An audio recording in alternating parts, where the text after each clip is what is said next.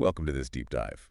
We often look at complex topics, trying to get beyond the basics. Right. Today, we're going to zero in on pickleball, specifically those first two shots, the serve and the return.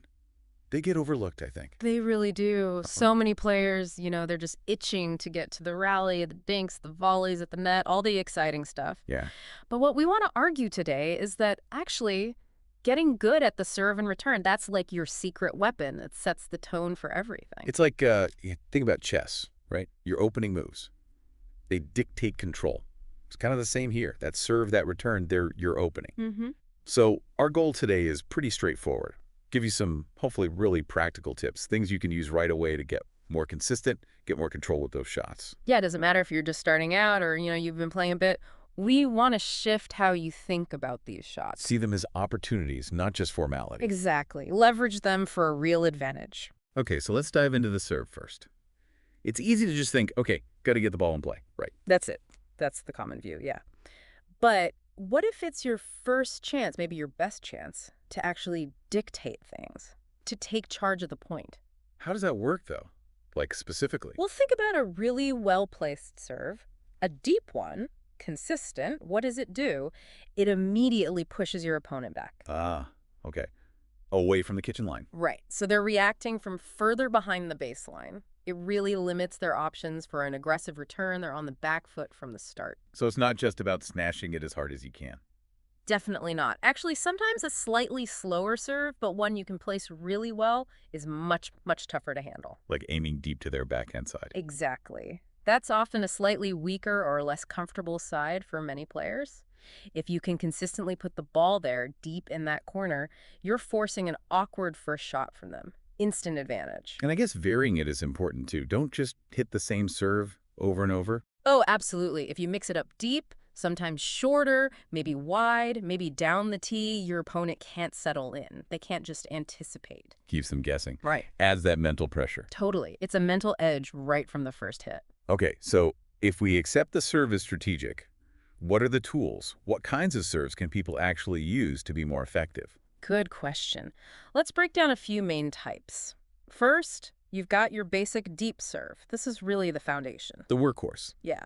Low, kind of flat, aimed deep near the baseline in the service box. Its strength is its simplicity and reliability. You can build consistency with this one. Makes sense. Then what? Maybe something with spin? Uh-huh. The top spin serve, this one's interesting because the spin makes the ball dip down, but then it tends to jump off the court after the bounce. Oh, right. So Yeah. it can be tricky to time the return. Exactly. Different trajectory, different bounce. It just asks a different question of the returner, requires an adjustment. Okay. What else? Well, there's the lob serve. This one's more situational, maybe. How so? It can be a great surprise tactic, especially if your opponent is creeping up towards the baseline, trying to take the return early. A good lob forces them to scramble back. Disrupts their rhythm. Yeah, but you got to be careful with it. A poor lob serve one that's too short. Easy put away. Bingo! High risk if not executed well. So you don't want to overuse it. So the advice for you listening is probably Yeah. experiment Yeah. and practice, right? See which of these serves feels comfortable. Exactly. Find out what you can hit consistently, and then build a little variety.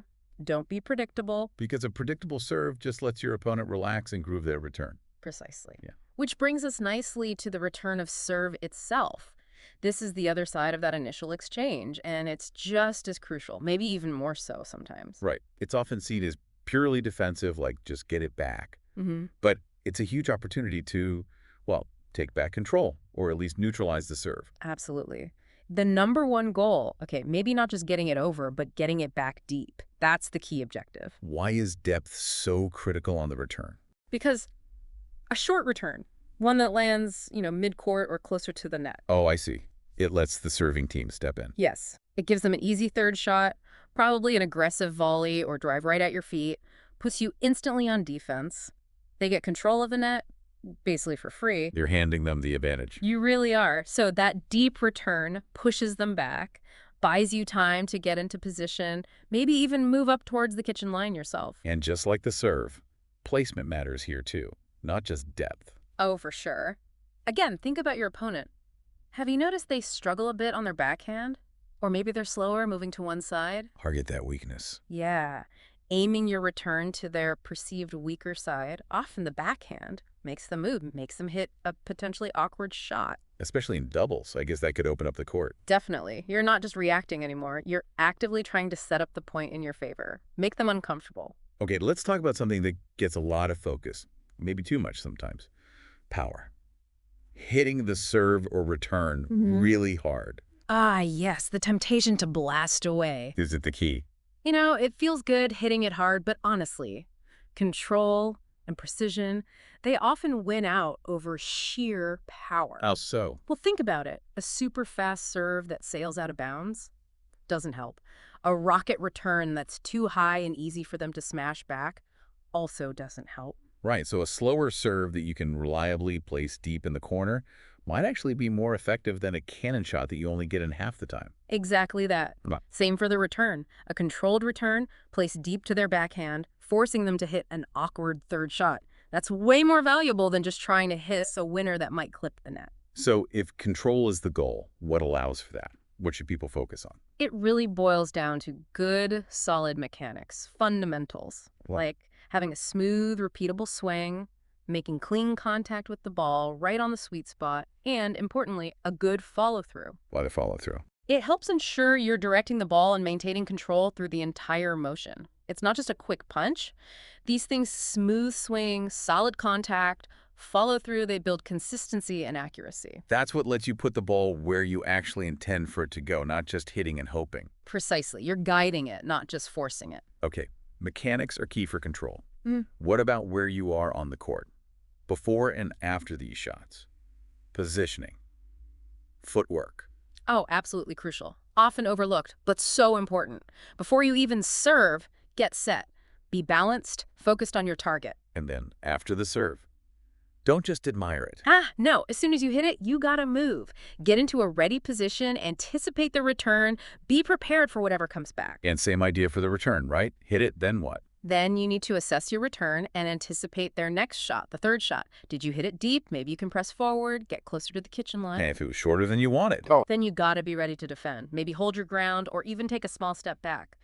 The key is reacting to your shot and their likely response. And footwork helps with all of this. Staying balanced. Totally. Good footwork keeps you balanced, lets you adjust quickly if they hit wide or try to wrong foot you.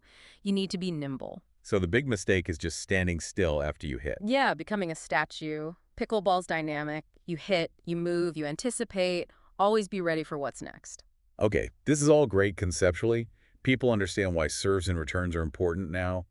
But how do they actually get better? Let's talk practical drills, things you can do in practice. Right. This is where the theory meets the court. For serves, a simple but really effective drill is target practice. Like cones in the service box. Exactly. Or just use the lines. Aim for the deep corner, aim down the tee, aim short sometimes. Just practice hitting specific spots consistently. Track your accuracy. Makes sense. And for improving the return. Best way is to practice with a partner hitting various serves at you. Don't just have them hit the same serve over and over. Get them to mix up the speed, spin, placement. And what should the returner focus on? First and foremost, depth. Just drill getting that return deep into their court. Once you're consistent with depth, then start working on accuracy, aiming for their backhand, or hitting it low towards their feet as they come in. And people shouldn't feel like they need hours and hours for this. Oh, definitely not. What's great is that even, say, 10 or 15 minutes of dedicated serve and return practice each time you play, that can make a huge difference over time. Small, focused sessions. Yeah, it's a low-risk, high-reward investment, really. You're practicing the 2 shots that start every single point. Getting better there just lifts your whole game. It really builds that foundation. Mm-hmm.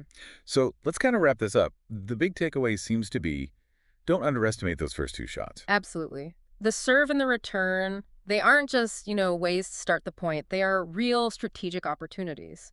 Your first chance to gain control. So we're really hoping that you take some of these ideas focusing on placement for the serve, really prioritizing depth on the return. Remembering control often beats power. Right. And consciously try to apply them next time you're out on the court. Pay attention to these parts of the game, and I think you'll be surprised. You'll likely see a real improvement. It's about seeing the strategy that's kind of hidden in plain sight. So next time you step up to serve or receive, just remember, it's more than just getting the ball in play. It's your opening move in that points chess match. Master these, and you really can elevate your game. Well said. Thanks for diving deep with us today.